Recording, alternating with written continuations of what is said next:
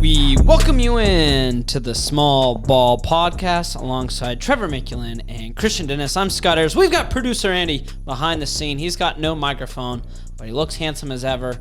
You know, guys, we've had the Michael Jordan flu game, but today's episode, we have something bigger. We have the Christian Dennis nose game. Oh. Yeah, we do. Last Wednesday, I got surgery on my nose to fix my deviated septum. Sure. And you know, as I was going down, you know, they're putting the anesthesia on me. All I could think about is that stupid board that you guys created about how I've missed shows. And I knew that if my father-in-law passed away, you guys are going to put a number on that board. So you know what? I decided I need to lock in. So I told my body we're going to heal quickly so that I can make it to this episode so that I don't get another number on that board. No one asked you to get a nose job, okay? So don't play the victim. Hey, I'm doing this for my overall health so that we can do this show longer. Wow. That's actually a great point. Let the record show, too, if you didn't show up, there would have been an extra 100%. You guys are ruthless. I've already begged for one to be removed. The one removal that was valid. The other removals you've mentioned, I got married. We didn't force you to get married. I didn't force you to get married. So that's a great point. I'm just trying to make good points out here. Yeah. There's no parentheses on the board. Right. It's you miss it. Just don't be a crybaby. Yeah. All right. That's why I'm here. All right. You're here. Let's do this show. No, it's real dedication. And we had another thing. Yeah. Trevor, someone reached out to us. We're all wearing matching tees, and I figured you're the one who deserves to give the shout out because this is pretty cool for the Small Ball Podcast. Small Ball Podcast officially has a trainer, Damian from Highly Intelligent Basketball. Go follow him on Instagram, Highly Intelligent B-Ball. All right. Just a good dude. Been DMing, helping each other grow whatever we're doing. And he reached out. He was like, "Hey guys, I got merch. You guys want some?" I was like, "Yeah, let's do it." So he sent us some t-shirts. Go check out his page. Good dude. They're pretty sick. Damian, thank you. The shirts are actually really comfortable. Yeah, they're and pretty really stretchy. Yeah. And honestly, I'm going to be wearing this in the gym. You look very intelligent wearing this shirt. Thank you. Yeah. Just like these takes I'm about to give. Ooh. So and imagine me dribbling a basketball wearing this shirt or guarding Scott. RJ Barrett. Yeah. RJ. So if you're a hooper and he's based out of Phoenix, if you're a hooper, you want some training, you're in high school, whatever, hit him up, DM him. Yeah, he's a rock star. He Thank is. you. Appreciate it. And the logo's sick. So, all right. That's the intro of a show. Now let's dive deep down into some, oh my gosh. Not a sponsor, LaCroix. No. We've tried. No, we tried. Gosh, that was pure. In-season tournament, guys. Quarterfinals are here. And it has been interesting. Some teams have emerged that maybe some people didn't expect, like the Pelicans. The Kings also emerging as well. The New York Knicks get a wild card spot. It's been a pretty fun in-season tournament. There's definitely been some things that I think could be better, but Christian, it's still been probably a success in the NBA's eyes. I definitely think it is. You know, these games have more meaning. They're a lot more fun. People are talking about it. The courts look ridiculous, but like the NBA is so good at getting people to talk about the NBA.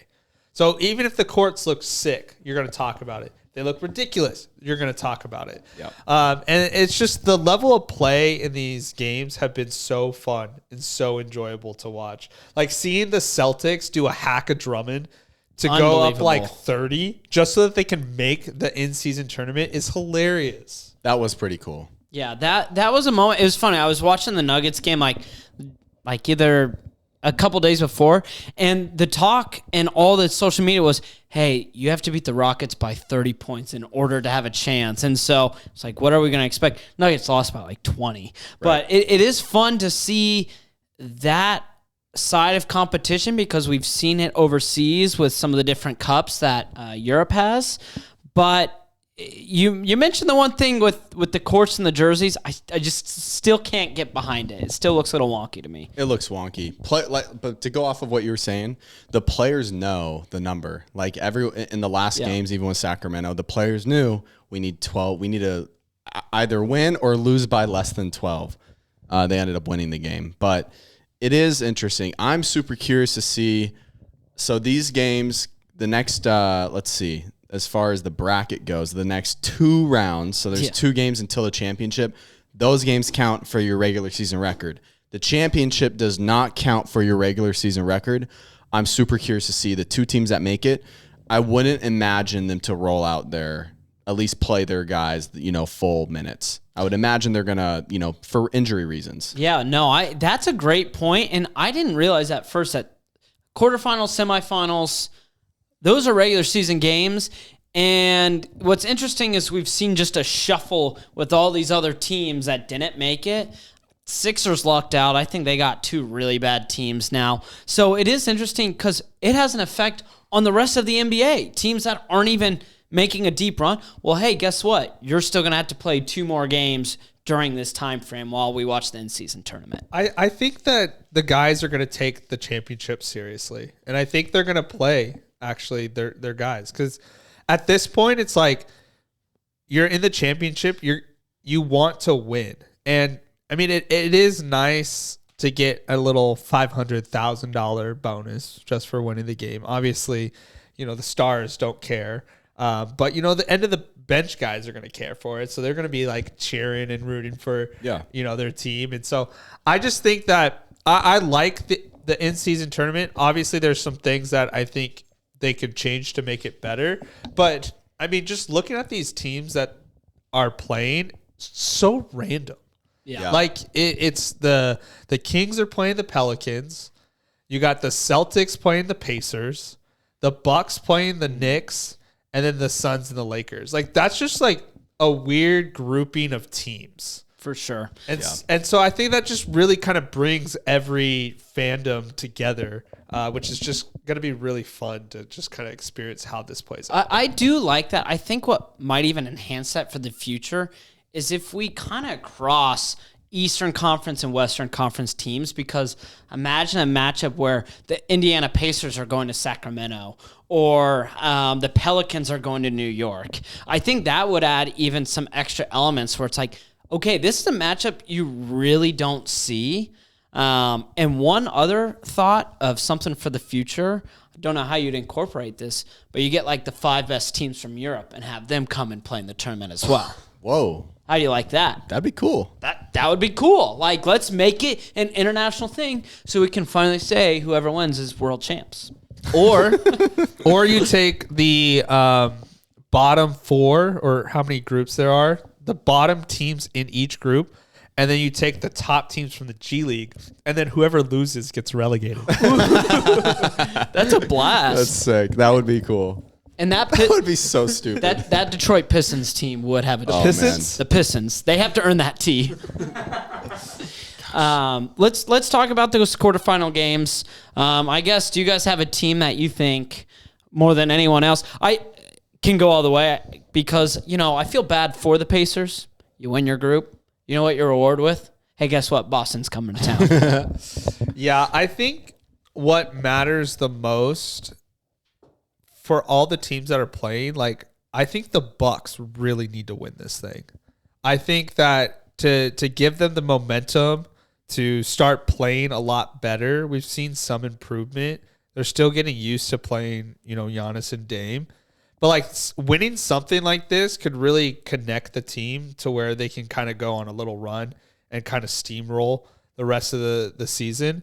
So I'm looking at the Bucks as, like, the team that should like win this thing, that they need to win. Sure. Because if the Celtics win, it's like, we kind of expect that. Right. And it does feel like we have a crash course of Bucks versus Celtics in the semifinals. Both teams are favored, and that would be quite the game because you know who is probably circling that game is Drew Holiday saying, hey, your defense stinks without me. And now I have a chance to send my team into the Cup final versus letting you guys make it to the distance. I'm focused on the Pelicans. And Christian, you brought up a point before the show, Sacramento Kings against teams in the West, top 7 in the West, undefeated. Who's number 8 in the West?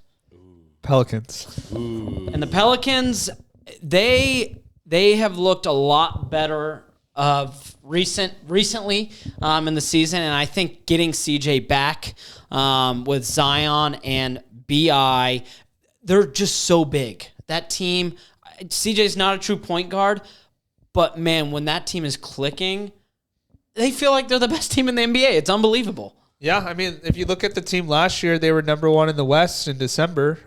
Trey Murphy also just came back, who is a great shooter, athletic, who's also big, who, they provide more size to that big team. So the Pelicans are another one of those teams where it just it feels like once they click, they get it. It's like, oh shoot, like they're nice. Yeah, They're scary good. They're scary good. They've beaten Sacramento, I think, twice. Yeah. Yeah. So I think that I got them moving on past Sacramento. And then, I mean, that top matchup, the 4-seeded Suns versus the Lakers, that's going to be fun. I love it. That's entertaining. That's big market ball, but I want to see one of those teams face either the Kings or Pellies. Well, especially the matchup of LeBron and KD this year. True. Like those two going at it so far from what we've seen have been so fun. Mm-hmm. Like they both equaled 70 points in their last matchup. Yeah. And it's just crazy how, LeBron's 39, KD's 35, and they're still the best scorers in the NBA. It makes sense. And so that's a really fun, in season game because it has weight because it's in this little tournament that they just threw together. Yeah. And the Lakers did come out, for some people you hear Suns, it's like, oh, they should wash or wipe away the Lakers. LA won that first matchup in season group play stage. So a lot of fun matchups. I will put in my final pick. I'll say the New Orleans Pelicans. It's going to be a fun, shocking first-year win for a team. It's going to be the team out of New Orleans. Okay, that's interesting. I think the Suns. I like what KD is doing this year. I think he's playing as an MVP caliber player. And when Booker plays, Booker's nuts, dude. They might have one of the best duos in the league. And then Beal is just right there. So I think Beal will eventually play. I don't know if he's playing tomorrow, but if they make it to the semifinals, I think Beal might play. And so that makes it really interesting. So right. I think the Bucks should win it. They need to win it, but my money is going towards the Suns. Great picks, boys. Love that, Christian. I'm heading out east for my pick. Whoa. Yeah. We haven't even really talked about this team, and we don't ever talk about this team because they're the biggest market in the league. Something tells me this tournament has the Knicks written all over it. I think Orange Julius, this is when he turns up when it doesn't matter. The Knicks are going to take over when it doesn't matter at all. So I like that. This is going to be when they shine this season. Do you think Brunson's a top 10 point guard in the league? Oh, I think he cracks the top 10. I think he hits 10. New York fans think he's a top 3 point guard in the NBA. I don't know if he's top 3, but there's an argument that he's even top 8. Yeah, he's pretty good. He is good. There is a pool of point guards from you'd have to have the list in front of me from 6 to 12 that are all right pretty similar. You can make an argument for quite a few of them. Yeah. But yeah, I really like that pick. Thank you. Yeah, I like that too. Yeah. Something about it. The Knicks are kind of sneaky. They're sneaky. And they're tough. Tibbs can have them playing well, Yeah. Any given night. Right. Guys, Western Conference, Eastern Conference Players of the Month, Jason Tatum and Nikola Jokic, his second award, which, if you've been counting, we've only played for 2 months. Uh-huh. And Jokic has won it twice, and he has been on a tear. He's playing arguably the best basketball of his career. His usage is up. And also, he leads the NBA in total points, total rebounds, and total assists. That's just insane. And no player has ever done that. No player has ever done that in the league. Which is just nuts. So, and it's crazy because we thought that, last year and even the years past, we're oh, this guy's really good. How much better can he Yes. get? And it's just every year he's been getting better and better. I don't know if he's eating the same hay that he feeds his horses or what, but there is something that this guy is doing that no one else in the league can do.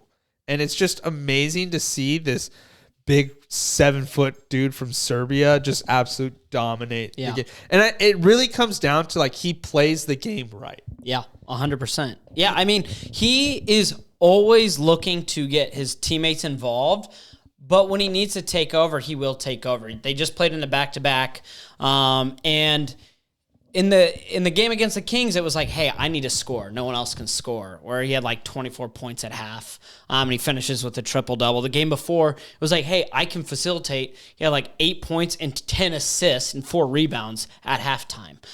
So he's unstoppable because you can't play him one-on-one because he has the most efficient floater in the game of basketball. Anywhere within 5 feet, he's the most efficient and accurate player in the NBA. Right. And then it's like, hey, we'll double team. Well, hey, now you're also guarding a guy who's had multiple 15-plus assist games with 0 turnovers. Right. It's just unbelievable. You can't double team like a 7-footer because he's like, whoever you're sending is smaller than him, so he's just gonna see over him. So it's like why people want a big quarterback so that they can see over the O line and D line. Like that's what Jokic is. Like he's a quarterback that can see over everyone, and that's why we're seeing him have insane assist games. His numbers are insane. And this season, he's shooting 5 more. Like last season was a great season for him, right? Yeah. MVP race, should have won. He's shooting 5 more attempts per game. So he's averaging just under 30 points, which is something that he's done maybe once or twice in his career, like at 27, 26 points per game. He's right at 29 right now. He's balling. They don't call him Big Honey for nothing. He is the Big Honey. You insist on You that. like that? I did not know that's what they called him. Big Honey, Cookie Monster. They call him Cookie Monster. I don't know. They do. Check Basketball Reference. Shaq called him the Big Honey, and he is the Big Honey. Like he's, I will be sitting at work, and it just dawns on me every now and then. I'm like, oh my gosh, I get to watch the best basketball player play for my team. You think about Yoke? I think about him at work. I know he does because I sit next to him and I'll see him just watch highlights of the finals. So like I know like he really is thinking about Jokic, like daydreaming about him. I wonder how many Nuggets fans are just like you, just thinking about Jokic. It's unbelievable. It's probably you guys with Fox where you're like, oh yeah, I have like one of the best point guards in the NBA on my team. Yeah. I don't think about him like daily at work, you know. I definitely not as much as you think about Jokic. don't try to normalize this. I think about Jokic every day. Do you actually? It changed my life. Do you actually think about Jokic every day? I probably think about him every single day. Multiple times a day? Like twice? Well, I mean, during the NBA season, I think about him definitely twice or more a day because it's like, especially on game day. It's like, man, you know who I know is going to show up is Jokic. Like, he'll have a bad game. Nuggets Twitter's hilarious because we recognize a bad game is like 24 points, 15 rebounds, and 8 assists. It's like, it wasn't one of his better nights. And the rest of Twitter's like, no, that's a good night. It's like, not for Jokic. Wow. It's unbelievable. He is unbelievable. Yeah. Big Honey. Yeah, and he'll probably be MVP this year. I don't see how he doesn't. Bold early call. I don't think it's call the race. He should have won last year, so now everyone's gonna feel bad and be like, "Oh, you shouldn't have gave it to Jokic last year, so let's give it to him this year." If he keeps up this pace, it would take a team to win like 65 plus games. Like the Celtics would have to win like 67 games. People listening are probably like, "Man, these guys are glazing Jokic," but like this dude is so good. He's so good. He is gonna go down as one of the best centers of all time. Say that stat again. He's leading the league. Oh, within the paint. Points. He's leading the league in points, rebounds, and assists. Let that sit in. Think about that. That is absurd. It's disgusting. That is absurd at the center position. Just had to say that. And on top of that, this isn't as big, but it talks a little bit more about his defense. He also leads the NBA in deflections, so he is constantly involved on the defensive end, which everyone talks about. Like, he's a lot smarter of a defender than people give him credit for. And one final note too: if you watch Nuggets games, he oftentimes out of the break is actually just calling out plays like he's a quarterback. Like during a play or late game situations, he will tell people where to stand, how to rotate. It's unbelievable. And other players have done it. He's not the first to ever do it. But you can see he's just maturing and his confidence is out of this world. Yep. That's good. Crazy stuff. Crazy. We love Jokic. We love Yoke. We do. I think about him. We should have him on the pod. Let's invite him. He would love. You know, By the way, shout out Corey Kispert. He's been balling. Yeah, Corey Kispert, shooter for sure. we may have some mutuals with Corey Kispert that we're trying to work to get him on. What? Dude, how sick would that be? Why haven't we talked about this? Christian and I have. Well, yeah, we've talked about it off the record. It's a just long because- shot. You guys talked about this without me. Yeah. He was on my all handsome team. Oh my God. gosh. He That's our was. in. That's our in. Corey, you are one of the top 5 most handsome guys in the NBA. Corey, even if you don't want to come on the pod, like we golf. Like, let's go golf. Does he golf? Look at him. Come on. That guy golfs. He does, I bet. Yeah. Especially if he's spending his off season in Phoenix. He golfs. Right. He golfs. He golfs. Corey, come down to the Valley. Next time Washington is here, we'll get you on the pod. We'll show you a good time. We know this city. We do. We know this city. We'll show you how to play golf. There's night golf here now. As long as you pay, we'll take you to the nicest course. Yes. We can't afford it. You like but- sushi? We know it's spot. Yeah. You like tacos? We know a spot. Got it. What else? Coffee? We know spots. Booyah. Yeah. Electric e-bikes. Dude, Corey, do you want a bike? Corey, we'll get you a bike. You would look good on an e-bike. It's good. All right. All right. What draft class was Corey Kispert in?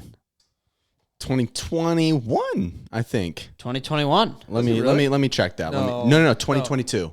No. Yes. 2022? That would be last year. No, Okay, no. 2021. I think bet. it's 2020. Look that up. I'm looking it up I currently, feel like gentlemen. he's been in the league for a while. No, you're wrong. Am I right? Do I win? The draft class he was drafted in 2021, boy. Whoa. Wow. 15th pick. Good. Well, Good pick. the reason why I ask is I figured, Trevor, you're always leading prompts. You're always never able to answer. But that 2021 draft class, I think we're finally in the time to do a little redrafting. So today we are redrafting the 2021 NBA draft class. Scott, that was good. That was good, Scott. that? That's gonna see that right there. People scrolling. Whoa, this guy's serious right now. Magic. Looking right into my soul. That's gonna draw people in. That's That's why magic. That's why we care about that. That was Good a work. very highly intelligent transition. Because Ooh. I really did not think Corey Kispert was 2021 class. I trust my gut. If Scott I was knows. off, that would have been bad. Yeah. Scott knows ball. Yeah, I know. Highly intelligent basketball I'm by highly Scott. intelligent. So you guys want to do this as a team? Go one by one. What do you think? I think let's One by one. make this a creative You have discussion. another Lacroix. I two an episode. Oh my gosh. Makes me You sick. must have to pee like a racehorse. Makes me sick they don't sponsor us. It just I mean, we pound their product. Yeah. okay. Let's go. Let's keep going. All right. So, do we want to go 5-1 or 1-5? Let's do 1 to 5. 1 to 5. Yeah. And you can say at number 1. Yeah. With the first pick. All right. So let's talk about some of the guys that are in this draft, how it went originally, just for the listeners. So this was 2021. This was the Cade Cunningham draft. So Detroit was at 1, Cade Cunningham. Then Jalen Green went 2 to Houston. Evan Mobley, of course, to Cleveland. Scotty Barnes to Toronto. Then we see Jalen Suggs, Josh Giddey, Kuminga, Franz Wagner. And then later on in the draft, some of the standouts, Corey Kispert, of course, Alperen Sengun, Moses Moody, Jalen Johnson for the Hawks. Yep. He's been balling this year. Of course, we also have one of Scott's favorite players, Kai Jones. Rockstar. I love Kai Kai, Jones. you want to come on the pod? Tell your story. Kai Jones, please come on the pod. I'd love to have you on. Yeah. So those are, I think, most of the standouts there. Yeah. Was that the Bryce Herb McGowans? Jones. Herb Jones. Was Bryce McGowans in that draft? I think so. Husker legend. Husker legend. Yeah, I think he was. Where was my guy Bryce? Delano Banton was in that draft. Oh, so then He was in the Bryce following. Bryce was in the following. So Delano. Herb Jones was in it too, bro. There's some good Holy players. smokes! Cam Thomas, Bones Highland. How did Delano fall to 46? I don't know. Why wasn't he top 4? Started for the Celtics. People forget. Started one game. Yes. Drew was out. Yeah. Celtic starter. Celtics starter. Okay. Played like 15 minutes. So Really good class. Yeah. We can agree that there are some good names in that class. Yeah, a lot of standouts. some up and coming talent that's Right. going to be in the league for a while. Right. So we're just gonna take turns. Christian, you can take the first one. We are co-GMs here. Your first pick may not be the one I would have selected, but I got to live with it. Yeah, So okay. With the first pick, we pick or whatever, however you want to say it. Small ball picks. With the first pick of the 2021 NBA redraft, we're taking Scotty Barnes. He's Whoa. rookie of the year. Yeah. I mean, I've been on the podcast before saying I'm not the biggest Scotty Barnes guy. And that just was awesome last year when he had a down year. But this year he's hooping. Yeah. He is balling. He is a really good basketball player. I would accept flowers if you You guys do. wanted to give me flowers for Yeah. the I Scotty don't want Barnes hype. to, but But you do get flowers. you can have a pity flower. I try to get Kevin Durant for Scotty Barnes. Yeah. And we Still would have made that move. yeah. Good trade. Good trade. No, you wouldn't have. Be honest with yourself. Good trade. With hindsight. Do I still have my legend, I don't know, Fred dude. Van Kevin Vliet? Durant's playing like an MVP right now. He's playing very good, but he was hurt a lot of last season. And he's KD. Scotty Barnes, bro, stop it. Scotty Barnes has been amazing. Scotty Barnes has been really good this year. Yep. And I do kind of see the vision of who Scotty can be. I don't think he's a generational talent like you say he's going to be. Yeah. But I still think he's going to be a really good player. Yep. Okay, with the second pick, I mean, dude, this is kind of tough because you got Evan Mobley, you have Cade Cunningham, and you have Alperen Sengun And Franz. and Franz, who I really like. Shoot, dude. I mean, Evan Mobley, to me, the question is with ceiling between Evan Mobley and Sengun. I talked about it last show. Evan Mobley defensively is awesome. Offensively, he just lacks. I don't know if I see it. And Sengun is amazing. And we see what offense does for teams like the Nuggets.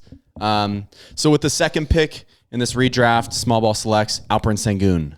I like that. Yeah. And, Sengun's really not that bad of a defender.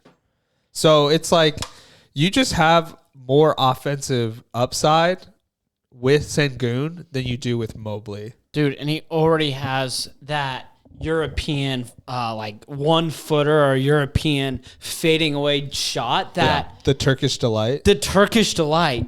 That thing is. Do they call it the cash. Turkish delight? No, I just remembered Chronicles of Narnia, and that one kid was just obsessed with the Turkish delight. He was obsessed. Maybe we can brand that the Turkish delight because it is. They might already. Rockets fans might already have a name for it, Probably. but it is a Turkish delight. Well, It is why don't we beautiful. just Alperen Sengun's nickname should be Turkish Delight. It really should. It should. And he has no nicknames on Alpi on Basketball Reference. Alpi. All right, Basketball Reference. Alperen Sengun. His nickname is the Turkish delight. Make it happen. Yeah. It's beautiful. Great work. Have you guys ever had a Turkish delight? No. Yes. Are they good? Yeah, it's like I think I've had it. It's like doughy, like powder sugar type thing. I got him. You got him. We're having a. Here, you stay. No, I You're got the him. host. No, I got him. Okay. You guys talk. This is your segment. We have a crying dog. The dog's crying. Maybe next episode we should find some Turkish delights and try them. Yeah. Because I'd be curious. Because what if we give him this nickname and Turkish delight is just terrible? Sucks. It's just not good. No, it's good. It's not bad. But yeah, so Alperen Sengun's there. Okay, next is The third pick. Third pick, Evan Mobley, Franz, Cade, Moses Moody, Moses Moody. Corey Kispert. Herb Jones. Honestly. This is really tough. Is it? But I'd be a fool to not say Cade Cunningham. So I pick I pick with the third pick. I'm choosing Cade Cunningham. Cade Cunningham. Interesting. And the reason why I'm choosing Cade is the offensive ability that he has is just he's a guy that can do it all. He can pass, he can score, and you need that in the NBA. And he's a big guard, which like we've seen how successful big guards can be in this league. And kind of the trend of the NBA is everyone's just getting bigger and more skilled. Yeah. So you want your point guard to be a big guy. So that's why I just like the floor general of Cade Cunningham. Right. And I think this season people are looking at like he maybe isn't meeting the expectations. I don't think he should have gotten those expectations coming into this season, recovering from an injury. So I would agree. I think I like Cade there as well.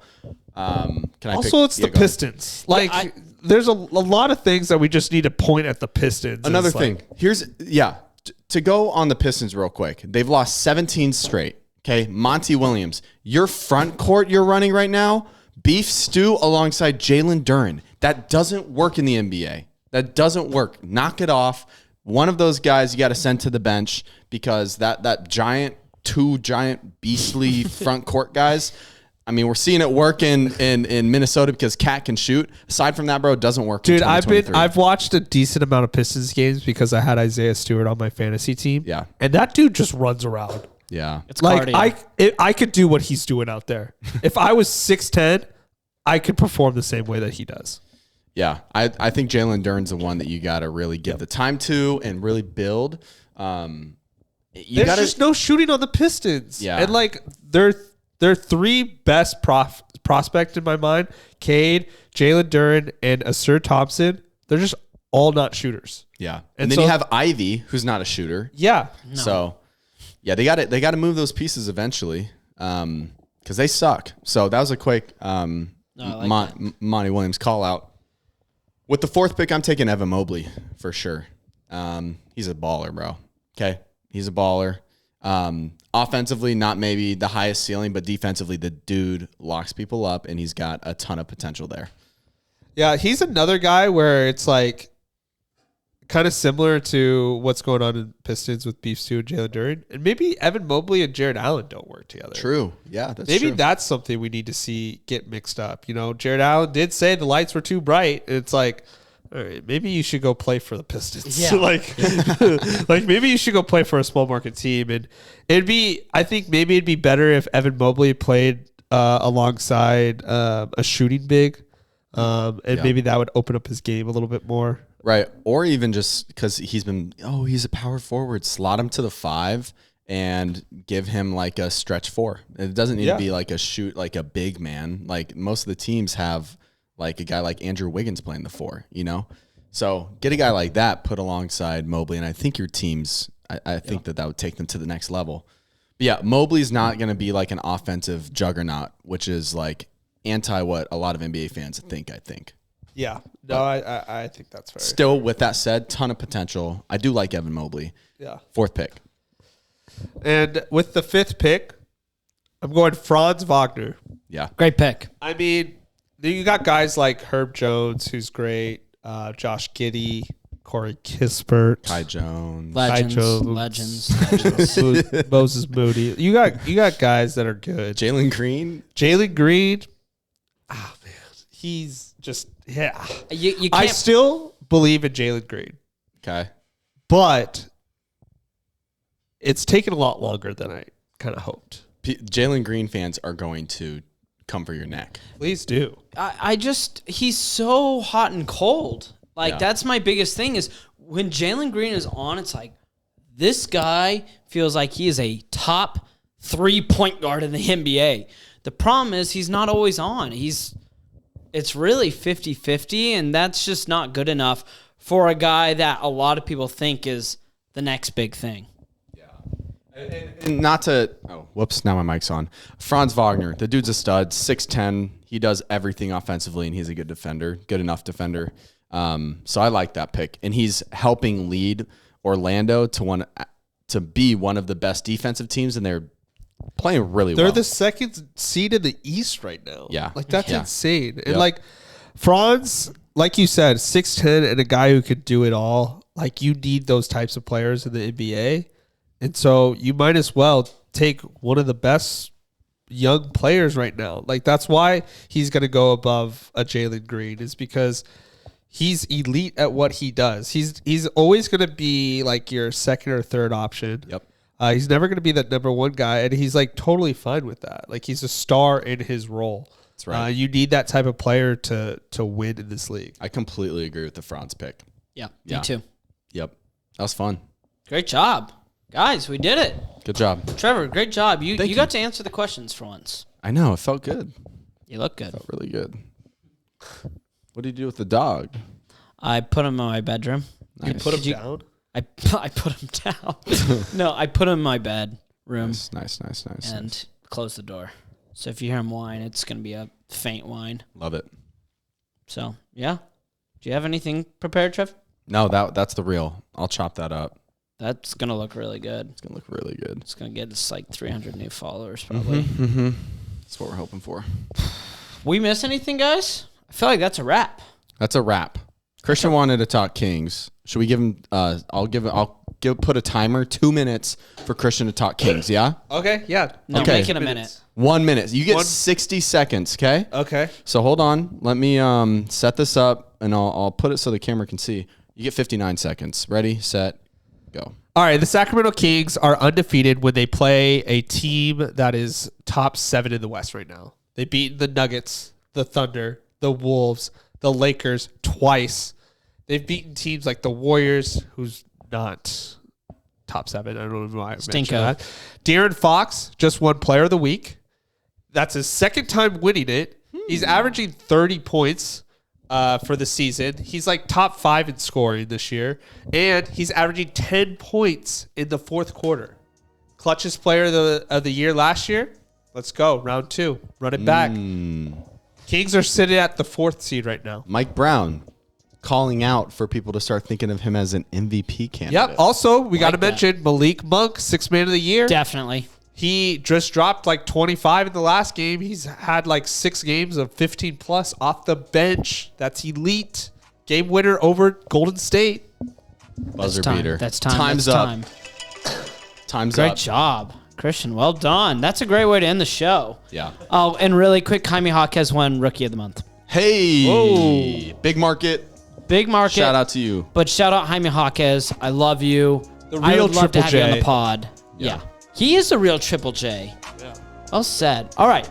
That's a wrap for our great producer, Andy, Trevor Micklin, and Christian Dennis. I'm Scott Harris. We say so long for now. And we'll see you next week. What are you going to do about what I said? Walking over here like you're going to do something, soft ass boy.